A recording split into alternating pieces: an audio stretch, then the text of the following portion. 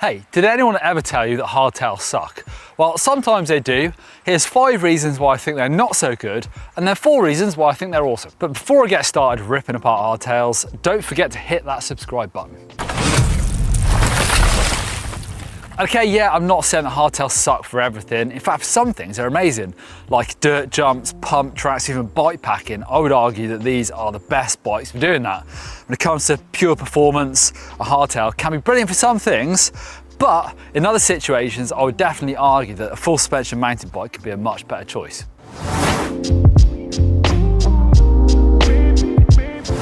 Number 1, they're slow. Yeah, I said it. When trails get a bit rough or a bit fast, then riding a hardtail just isn't going to be as fast as a full suspension bike. And let's face it, they can be pretty sketchy and scary at the same time.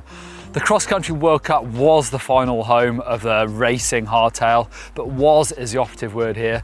The courses now have become faster, more tech, and actually almost all the top races now lightweight full suspension cross country bikes. So where can you find a hardtail at the front of the races? Well, I don't know anymore. I guess gravel races, but would you call that a hardtail? But there's no getting away from, on the right trail, a hardtail can feel amazing. So agile and direct, you can literally feel the trail beneath your feet. But as soon as things get rocky or rooty, then you just have to be more careful with them, because eventually you're going to puncture, especially the rear tyre.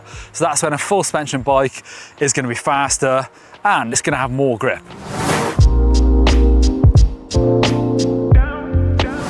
Number 2, they're uncomfortable. Yes, you're shouting at me already. Mountain biking is supposed to be rough and raw, and I can agree a little bit, but if you've got a really sore back end after a gentle spin around the woods for 2 hours, then that's not the raw I go looking for on a mountain bike ride. Yeah, I guess if you ride somewhere that doesn't have that much elevation, or you've got sandy or smooth trails, then the kind of roughness isn't going to be so much of a problem. You're not going to get a sore arse maybe.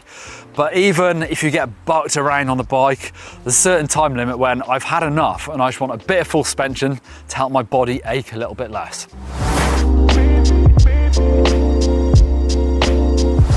You brake parts more often? Well, this one definitely is up for debate, I think, because yes, you're already saving time and money if you're not having to look after the rear suspension, a shock, the pivots, taking it apart. And if you're riding mellow trails, then you're probably not going to break things more often than any other type of bike.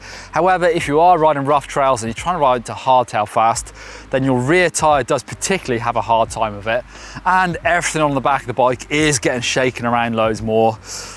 You could argue that things like even your rear mech is going to wear out quicker. I don't know if that's actually true, but I do find that my rear tyre and my rear wheel has a hard time of it if I'm trying to ride my hardtail fast, which either means that eventually you're going to have to, look after your rear tyre, your rear wheel, should I say, replace the rear rim, or spend more money getting a beefier rear wheel or full wheel set on this bike if you're going to ride it hard.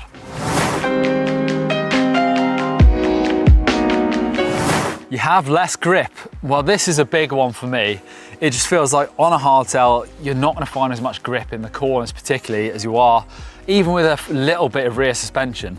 To me, it just feels like your rear tyre particularly is just on the floor more. You've got a bigger footprint more of the time on a full suspension bike. So it's one thing that can scare me when you feel like a little bit sketchy on your hardtail when you're on the edge of the grip. Not to mention on the pedals. Yeah, of course, if you're riding clipless pedals, then you're probably not going to feel this as much. But riding a hardtail fast on flat pedals, then you're definitely going to need the grippiest shoe and pedal combination that you can get. Finally, you have to ride perfectly. Hang on, maybe this isn't a disadvantage and why they suck. Because on a hardtail, you just have to learn to ride really smoothly. Hopping over every rock and root on the trail, pumping and unweighting, become a thing that are essential on every single ride. So actually, when it comes to riding any other bike, I feel that riding a hardtail makes you ride smooth. And it's often why you hear people say that a great way of learning all the best and fundamental mountain bike skills is actually using a hardtail, particularly in winter.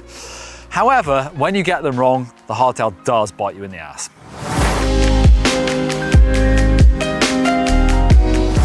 So why are hardtails good? Well, number one, learning the skills. I guess I kind of just said it, but learning how to smooth out the trail, how lines affect your ride, and hopping over bits of trail that are unrideable is a skill that you can use on any bike. Number 2, bombing around smooth trails on a hardtail feels amazing, especially when you finally get to learn how to drift on a hardtail. I think that's one of the best feelings on a bike, and they're so direct and agile. Sometimes a hardtail can feel like the best bike you're riding. Number 3, and one of the biggies, of course, they're cheap. When compared to a full suspension bike with a similar spec, there's no two ways about it, they are cheaper, and that's a big reason why a lot of people getting into mountain biking choose a hardtail in the first place. Great for learning the skills, great for a gateway into mountain biking, and I think there's always a good argument for having a hardtail anyway, for riding pump tracks, dirt jumps, like I said before. But yes, no arguments, they are cheap. Number 4, pumping is an absolute winner. You really can't pedal these things very well through rough terrain, especially with flat pedals.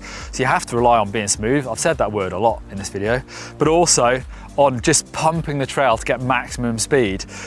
Like I said, no pedaling through rough stuff means that you're just gonna have to think of alternative ways, and pumping is the best way of making speed from a trail.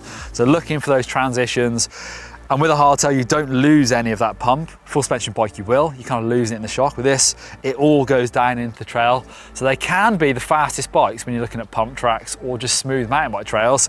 And again, that skill can be transferred to any bike.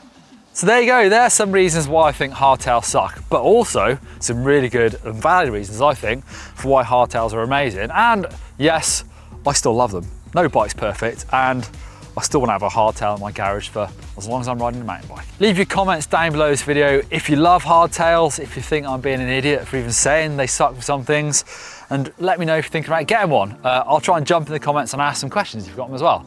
Thanks for watching.